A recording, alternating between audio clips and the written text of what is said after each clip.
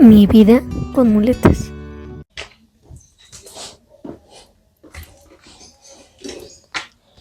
Muchas veces la espina bífida no viene sola. Otra de las condiciones que son muy comunes en espina bífida es la hidrocefalia. Ya les había dejado un video hace mucho tiempo, hace como 8 años que les dejé ese video, pero esta vez lo quiero actualizar porque les quiero contar algo que me pasó el año pasado. Bueno, ¿y qué es la hidrocefalia? Para empezar, la hidrocefalia es una acumulación excesiva de líquido llamado líquido cefalorraquídeo. ¿Y qué es ese líquido? Pues es un líquido que normalmente está en nuestro cerebro, es el que lo protege y a la médula espinal. Pero cuando no hay un flujo que lo deje salir, cuando hay algo que normalmente se puede llegar a estancar, pues se queda estancado y se acumula en tu cerebro y eso hace que haya una presión en el cerebro gracias a ese líquido y no se pueda pues salir como normalmente debería. Muchas veces esto se ve reflejado más en mielomeningocele, ya que como hay una lesión en la médula espinal y un poco en la estructura del cerebro, cambia totalmente. Entonces, eso hace que se pueda desarrollar hidrocefalia desde los primeros meses de vida. Como ya les comenté, normalmente pues es un líquido que se hace de forma natural en el cerebro, pero pues si no se llega a drenar, pues no puede circular normalmente como debería en los ventrículos que rodea el cerebro y la médula espinal. Y después esto pues llega a absorberse en la sangre. Eso es el proceso que normalmente se hace con ese líquido encefalorraquídeo. ¿Cómo funciona este líquido? Pues este líquido pues es normal en nuestro cerebro, va haciendo su proceso, poco a poco se va vaciando y no aumenta ninguna presión, pero en estos casos con la hidrocefalia, pues como no circula bien en los ventrículos que rodea el cerebro y la médula espinal, pues esto no llega a absorberse realmente en la sangre. Esto hace que haya un bloqueo o no se llega a absorber totalmente. Y eso hace que el líquido se acumule y los ventrículos se agranden y aumenten la presión dentro del cráneo y eso pues nos llega a afectar. Y sí, es malo enfermedad que es la hidrocefalia se debe de llegar a tratar, ya que si no se trata va a haber muchos problemas. ¿Cuáles son esos problemas? Pues la dificultad de aprendizaje puede afectar la forma en cómo aprende el niño o la niña, también puede afectar la memoria, puede afectar la atención y puede afectar pues la coordinación también que hay en nuestro cuerpo.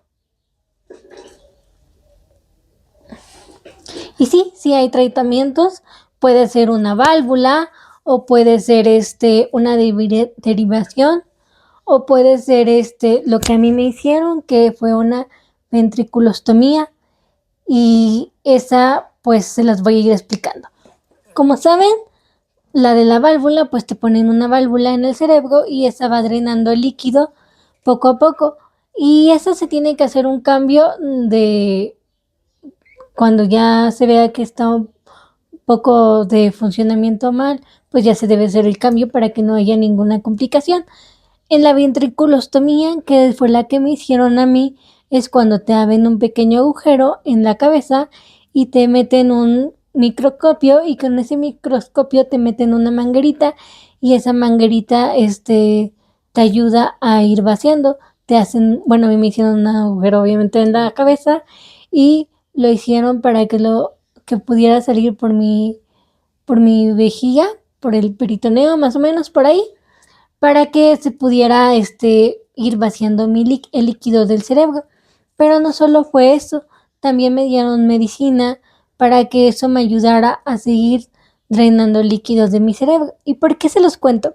Bueno, porque el día de hoy también les voy a contar mi historia de lo que me pasó en ese tiempo. ¿Y por qué se las voy a contar? Porque es muy importante que tú como papá o como mamá o como alguien cercano, si tienes un niño con espina bífida o incluso no hay necesario que sea con espina bífida, también a veces la hidrocefalia puede ir sola por alguna otra enfermedad.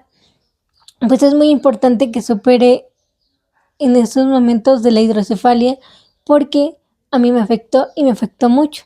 ¿En qué me afectó? Bueno, cuando yo empecé a sentir esos síntomas hace un año, hace un año, no, perdón, sí, por el 2024, 2025, yo empecé a perder mi oído. Como saben, yo no solo escuchaba un oído. Entonces empecé a perder este oído. ¿Y qué me pasaba? Pues lo dejaba de escuchar bien y había días que escuchaba normal y así iba días sí, días no, me mareaba y ya no. Entonces, pues lo dejamos pasar mucho tiempo. Yo porque no les dije a mis papás desde un principio todo lo que me estaba pasando. Entonces, pues lo dejé pasar y lo dejé pasar y lo dejé pasar hasta que mi mamá me dijo como, hay días que no escuchas bien, ¿verdad? Y yo, sí. Y me dijo, pues hay que ver qué está pasando. Y un día decidimos ir con mi neurólogo. Y mi neurólogo me hizo, bueno, me mandó a hacer estudios de sangre y me mandó a hacer la, mm, la resonancia magnética, fue la que me mandó a hacer. Y como les comenté el video cuando les puse que había regresado a YouTube, pues es un estudio de 1 hora donde me metieron en una cámara para ver cómo estaba mi cerebro, pero también me metieron un líquido para que pues ese se pudiera reflejar más dónde estaba el problema. Entonces pues me lo hicieron y al otro día nos iban a dar los resultados y nos los dieron y le dijeron a mis papás que me tenían que llevar ya con el neurólogo y me llevaron con el neurólogo y el neurólogo me dijo que lo que pasa es que yo ya tenía mucho, mucho líquido acumulado en mi cerebro y eso estaba apretando mi oído y por eso lo estaba perdiendo. Entonces eso me lo dice un lunes y me operan el miércoles. Y bueno, me operaron, fue una cirugía, si no me equivoco, creo que de 4 horas.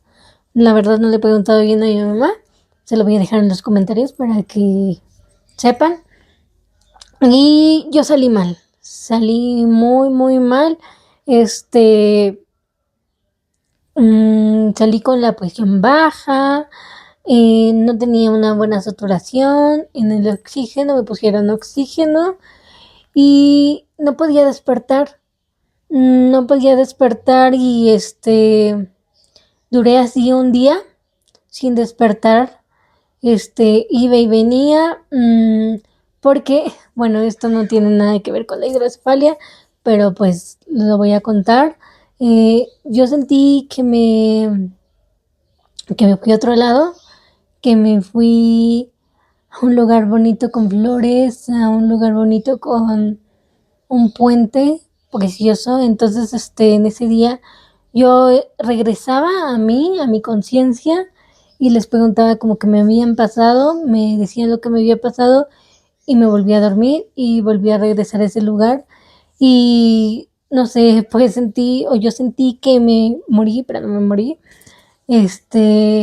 Entonces, pues sí fue muy complicado.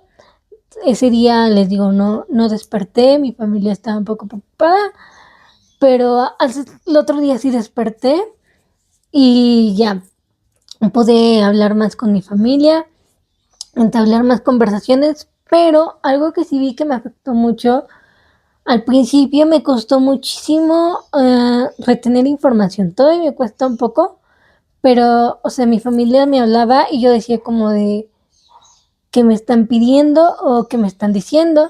Entonces me costaba muchísimo, muchísimo poder entablar conversaciones con mi familia y eso me preocupaba muchísimo porque dije, bueno, entonces, ¿por qué? Y luego ahora investigando descubrí que es por eso, porque afecta la memoria y la atención y otras cosas. Entonces, pues yo lo que opté fue empezar a jugar muchos juegos de mesa, fue a jugar crucigramas, no sé, basta.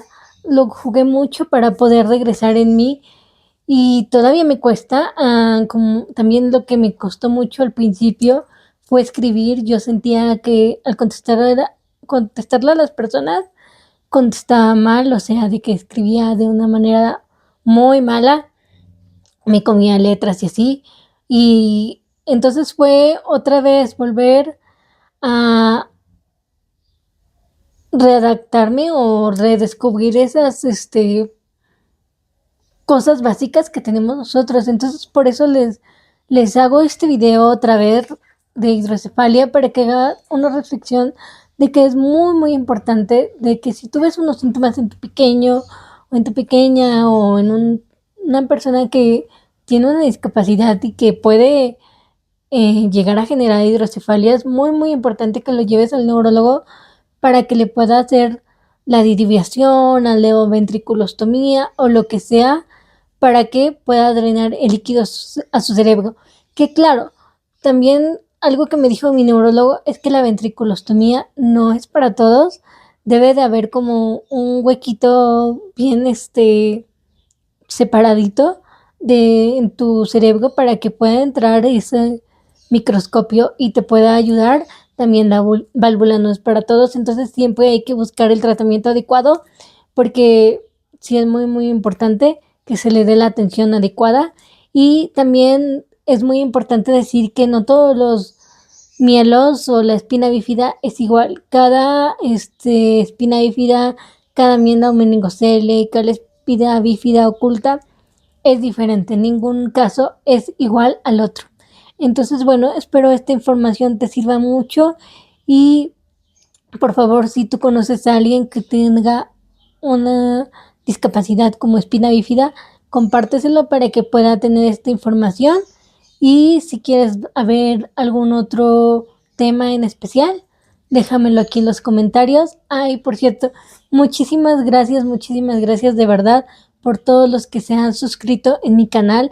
De verdad, ya somos 100 suscriptores y eso me hace muy, muy feliz porque yo quiero seguir compartiéndoles más información sobre todo lo que sé sobre espina bífida y otras cosas que puedan ser de interés para ustedes, para que podamos llenarnos de empatía, de información y poder ayudar a más personas.